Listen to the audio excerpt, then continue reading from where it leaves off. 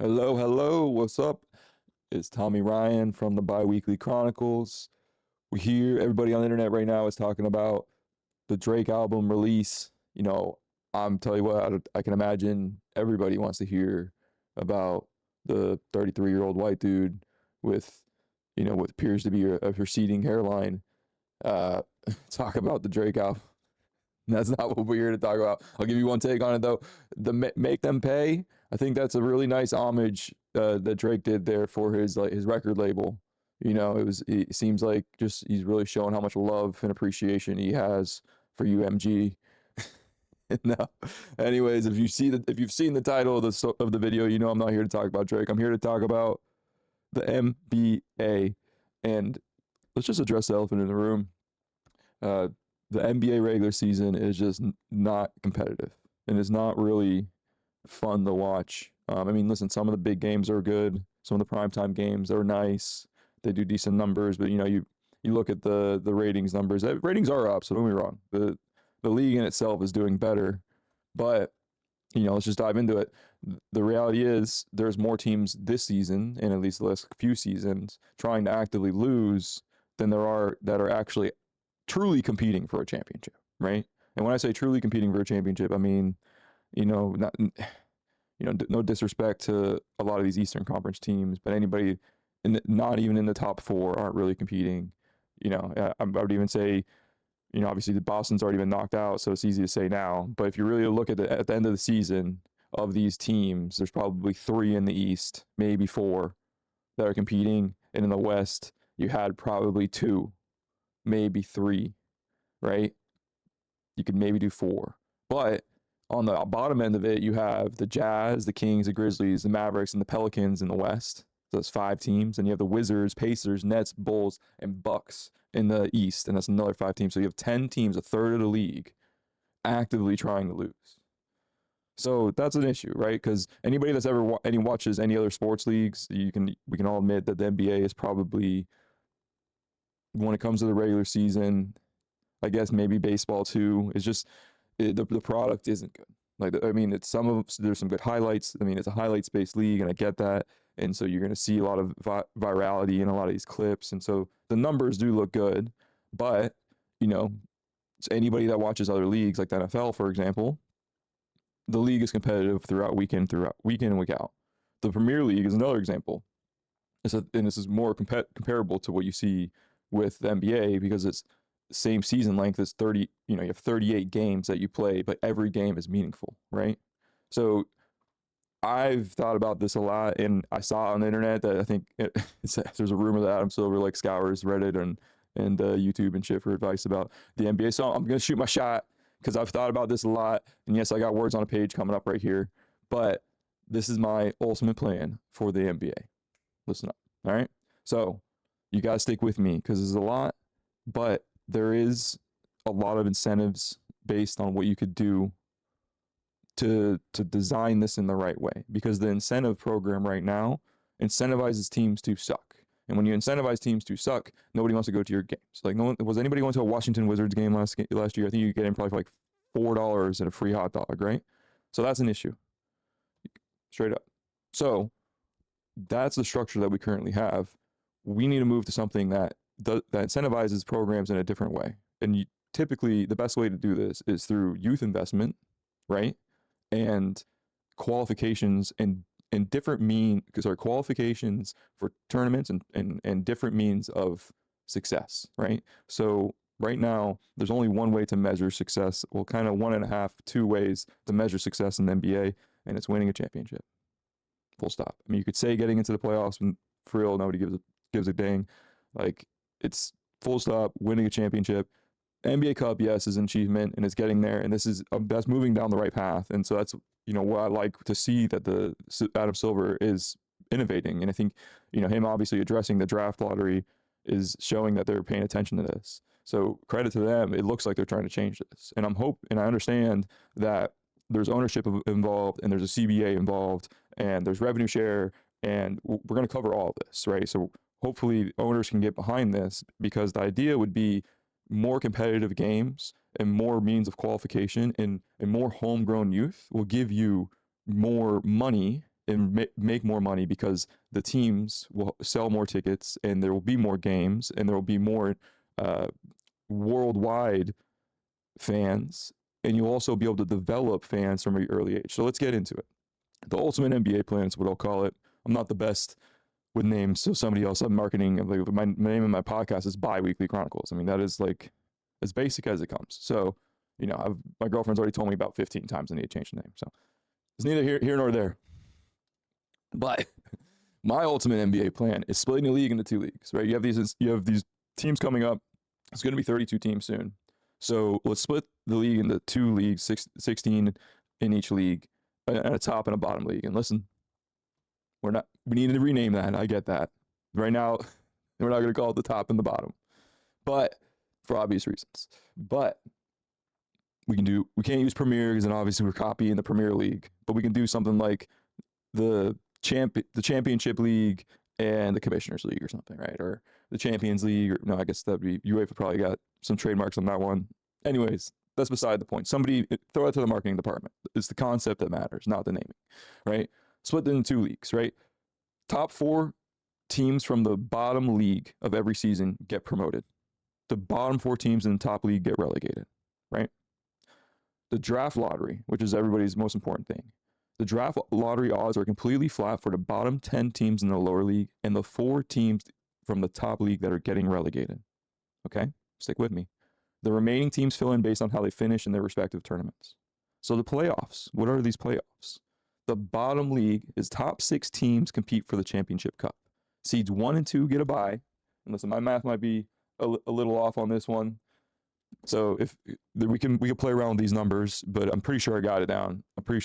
Listen, I was math and listening to a new Drake album at the same time. Not the best. But top 6 teams compete for the championship. 1 and 2 get a bye. 3 and 6, yeah, because you get 4 out of it, and 2, yeah. So 1 and 2 get a bye. 3 and 6 play each other. 4 and 5. So right, winners of 4 and 5 play. Actually, what you do is reseed after the first round. Winning team of the cup gets to compete for the NBA championship. Right? Did I? Oh yeah. Sorry, this is the bottom league. I gotta cut this part. Cut. All right. Bottom league. Top 6 teams compete for the championship cup. Seeds 1 and 2 get a bye, so you're incentivized to compete during the season. Seeds 3 and play 6. 4 plays 5. You reseed after the first round, and the winning team of the cup gets to compete for the NBA championship. So the number one thing that I think owners will say when you talk about relegation, splitting leagues up, is they want to be able to compete for a championship still. So this actually allows you to compete for, at the current standing with the Commissioner's Cup in there, 3 trophies, right? So that's pretty. I'm sorry, if you're a relegated team and you go and you have a nice draft, you go and build. All right, I'm getting ahead of myself. So let's keep it going. Playoffs, top league. You have the top 7 teams compete for the championship. Seed 1 plays 7. These are all 7-game series, by the way. 6 plays 2, 5 plays 3. The cup winner plays 4. You reseed after round 2, and you create the bracket from there. All right? Qualifications and tournaments. So this is where it gets interesting, and this is where you get competitiveness in the middle of each each league, and also you give incentives to teams to stick around and also compete in future seasons, right? So top 10 from previous season, each league compete for the winter tournament. Right now we call that the NBA Cup, whatever you want to call that. Go for it. The next one will be really cool. I don't know if we could do this. This is a bit more pie in the sky thing, but top 4 from both leagues should qualify for the International Cup, right? I would love, what they have in international soccer is you have like I'm going to get too much into details here. I'm going to bore people out. Long story short, all the leagues in the European soccer that are and have different countries, they all compete in a tournament at the end of the year.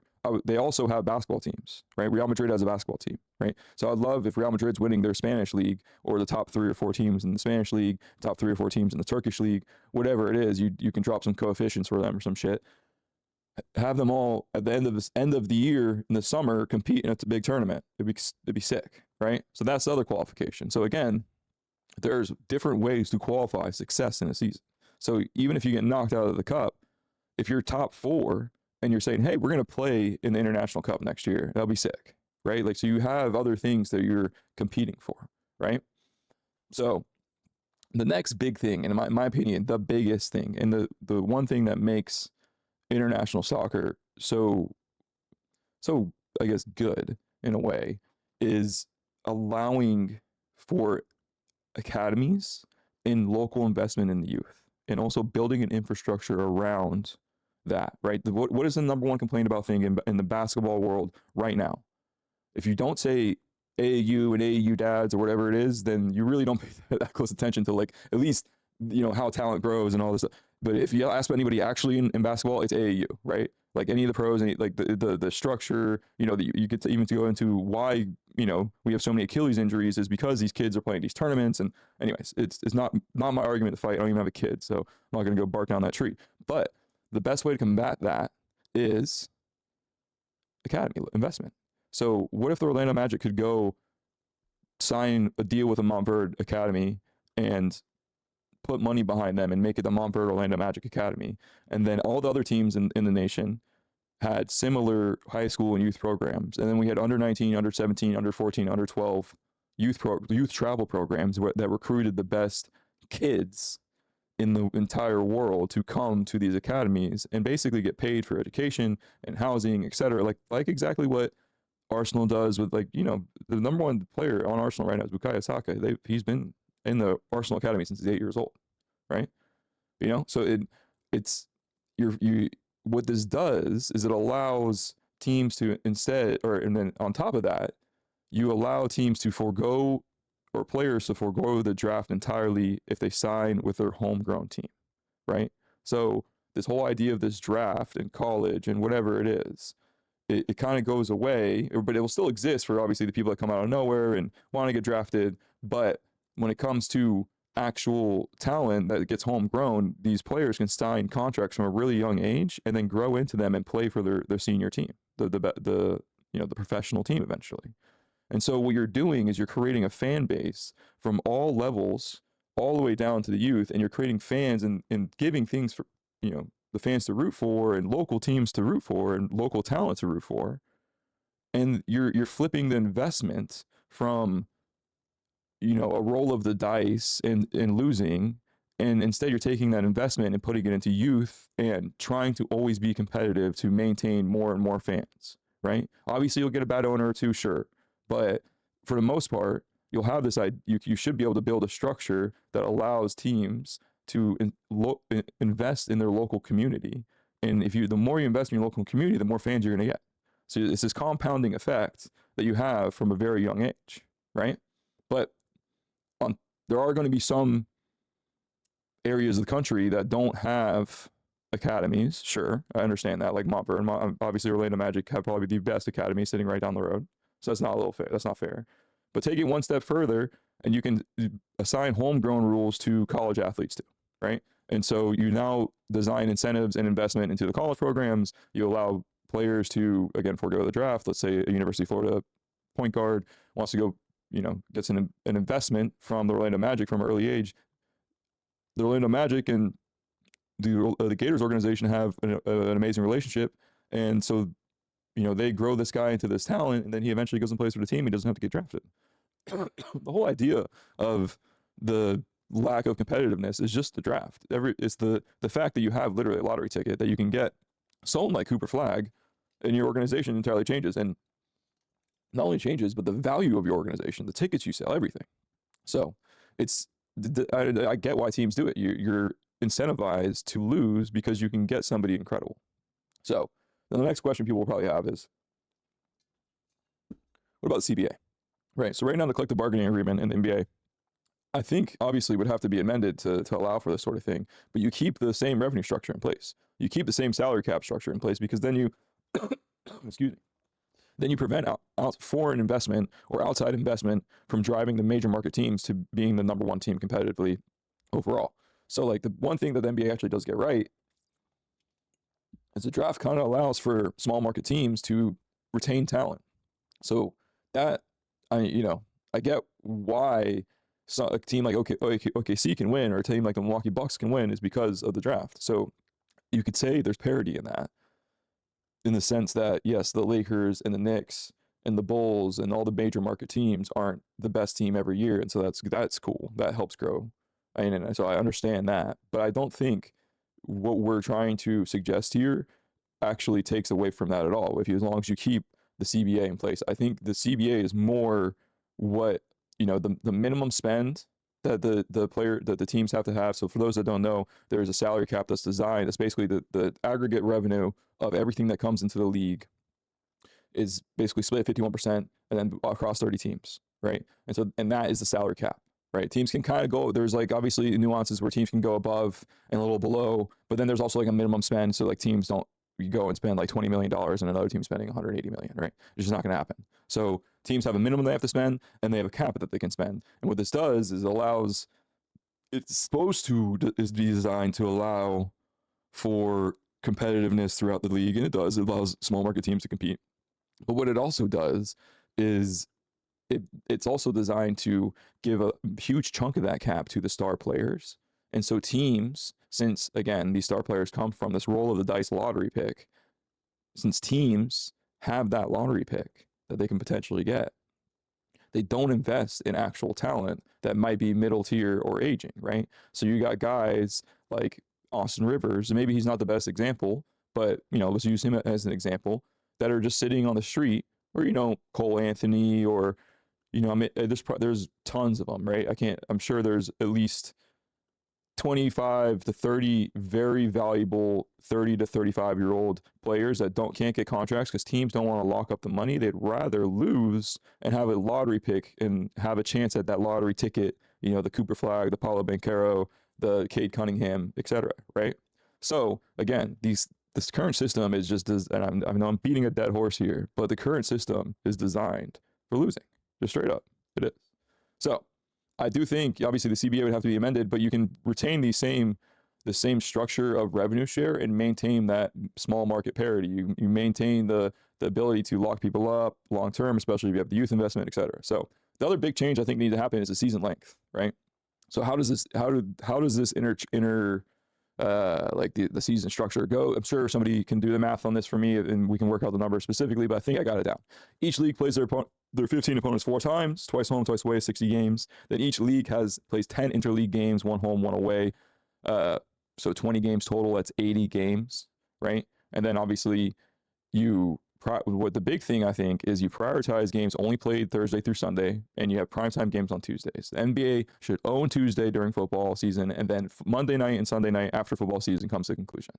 There should be no more than 3 games in a week, should help prevent injuries, and ideally 2 games with a priority on playing the same team, back to back. It doesn't have to be back to back nights, but Friday, Saturday, Thursday, Saturday, and a Sunday or something like that. So that way teams are traveling less, and it also creates a little bit of animosity, a little bit more to watch for, right? If somebody wins game 1, they want to come win game 2. The season will be 30 weeks with a tournament in the middle, right? And then you have end of season playoffs will be around 6 to 8 weeks. Obviously, the bottom league is going to have to go first to get the cup winner into the top league, but you can maybe do like a 2-week break for the top league since they deserve it.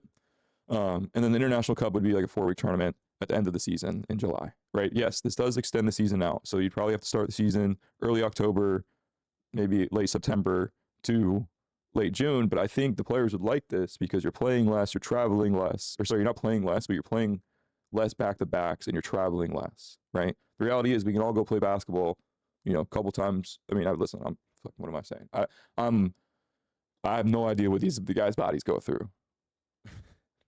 But I can play basketball a couple times a week as a 33-year-old dude and knock on wood, hopefully not get injured, right?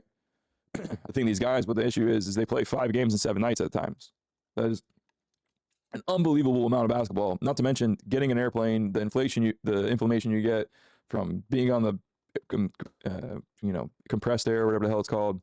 So, anyways, let's go through the pros and cons of this just to wrap this up. I've been fucking rambling for quite some time now, but if you made it this far, I want to really explain to you, or try and at least drive it home for you. What are the pros behind this? It gives teams something to compete for at all levels. Remember, qualifying success of the season is one of the main issues here for driving fans and driving engagement, because if you're not competing for something, you don't really want to watch, and especially if you're competing to lose, you definitely don't want to watch, right? Nobody want to watch the teams lose. So you're giving at least one of the lower league teams an actual chance to win 3 championships, three trophies in the season. And then if you do add the International Cup, 4 trophies in the season, right? So it's almost like not better to be in the bottom league, but there are pros to it.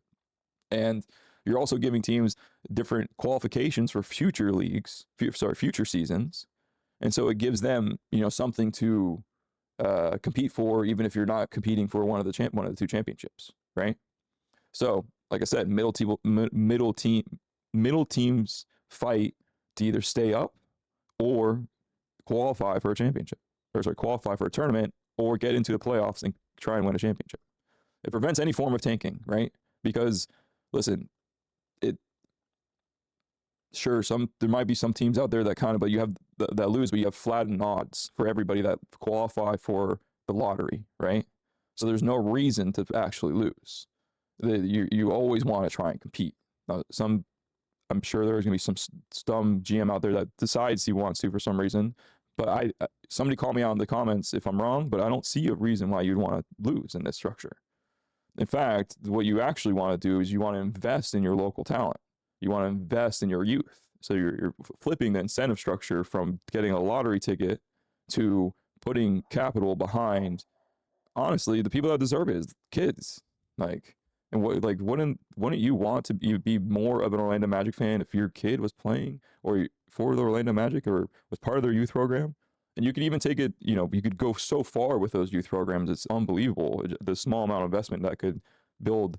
You could have the under 13 team, but then you could have the varsity under 13 team, and then you could have 4 teams underneath that of these kids trying to compete, and they're all part of an organization and becoming fans, and it's a really great thing. It incentivizes just collaboration in the community, and I can't stress how awesome that is in other leagues I'm a fan of.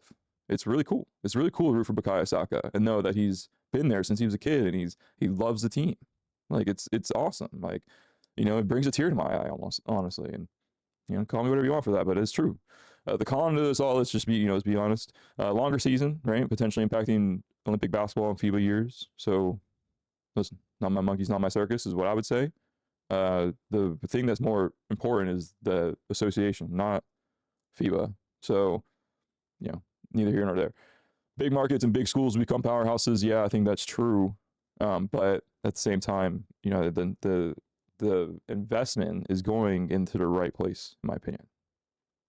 And then the International Cup would require buy-in from other leagues and, a whole different structure. And you probably would need a completely third-party entity body to get involved and run this. Adam Silver, I'm happy to do it. I volunteer as tribute. But anyways, we're almost 30 minutes in. I'll trim it up. I'm sorry. Listen, this is me rambling, but at the end of the day, I woke up this morning, I listened to this Drake album. I got 9 songs in, and I was like, I don't want to do a video, and I definitely don't want to do a video on a Drake album because nobody wants to hear me ramble about Drake. Let me tell you that. So, that being said, let me know what you think in the comments. Would love to please like, subscribe, do all the YouTube things that people say. We have live shows Tuesdays and Thursdays at 3 o'clock Eastern. It's the Bi Weekly Chronicles. It's your satirical take on the traditional news. We cover sports, mostly sports, but we do top trending topics. I got my last episode for some reason was, I don't even want to, because I'm worried about keywords now, but it's no longer there because I guess I said something about, maybe, okay, how could I even say it without saying it? Whatever, I'll cut this. Peace.